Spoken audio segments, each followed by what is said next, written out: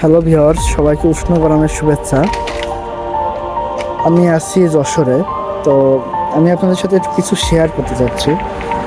ধরেন, আজকে বেশ এক সপ্তাহ যাবৎ ধরে যে পরিমাণ রোদের তীব্রতা, যে পরিমাণ তাপমাত্রা বাড়ছে দেশে, যশোর, চুয়াডাঙ্গা, খুলনা অথবা আশেপাশে আরও জেলাগুলোতে যে পরিমাণে তাপমাত্রা বাড়ছে, তো আজকে 30 তারিখ, 30শে এপ্রিল, সব থেকে তাপমাত্রা মনে হয় বেশি আজকে।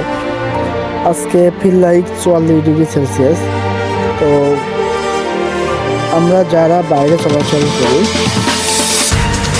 আমি অতিক্রম করছি, তারপরে মনে হচ্ছে যে আসলে এত তাপের মধ্যে কোনোভাবে মানে বাইরে চলাচল করা যাবে না।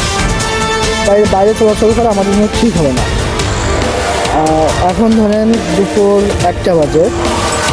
তো 1টার সময় আমি আপনাদেরকে দেখাচ্ছি যে রাস্তায় মানে লোকজন আছে, তো যারা আছে তারা একটু সাবধানে চলাচল করতে হবে।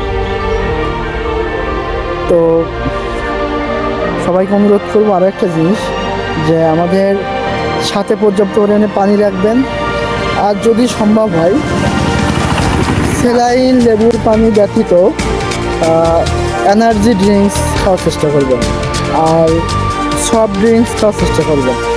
লিকুইড জাতীয় খাবার খাওয়ার জন্য সবাই একটু বেশি চেষ্টা করবেন, কারণ আসলে যে পরিমাণ রোদ হচ্ছে, যে পরিমাণ তাপ, আমাদের শরীরের প্রচুর পরিমাণে পানি দরকার। আমি গত পরশু দিনের কথা যদি বলি, আমি গত পরশু দিনকে 5 থেকে 6 ঘন্টার মধ্যে 10 গ্লাসের বেশি জল খেয়েছি। তারপরেও শরীরে যে মানে যে পরিমাণে আমাদের মূত্র ত্যাগ হওয়ার কথা, আমার কিন্তু সেটা হয় নাই। এর থেকে বলতে পারি যে আমাদের প্রচুর পরিমাণে পানি দরকার এবং এনার্জি ড্রিঙ্ক দরকার। দেখেন প্রচুর রোদ, রাস্তাঘাটে দেখলে বুঝতে পারবেন যে আমি এই যে 20 কিলোমিটার রাস্তা আসছি, আমি যে একটা জায়গায় দাঁড়াবো, একটু গাছের ছায়া দরকার, সেটা পর্যন্ত নয়। আমরা গাছ কাটতে কাটতে এত দূর নিয়ে গেছি যে এই 20 কিলোমিটার রাস্তার মধ্যে আমি কোনো গাছ পাই না। ইভেন এরপরে আমি আরও 30 কিলোমিটার যাব, তো এই 30 কিলোমিটারের মধ্যে আসলে কোনো গাছ নেই। তো আমার ভিডিওটি যারা যারা দেখবেন, আশা করি আমি জানি না কতটুকু আপনাদেরকে ইনফরমেশন দিতে পারছি।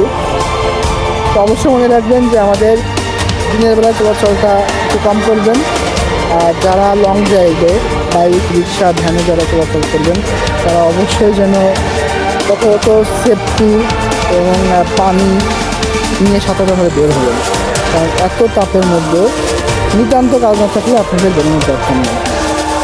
তো সবাই ভালো থাকবেন, সুস্থ থাকবেন, টাটা।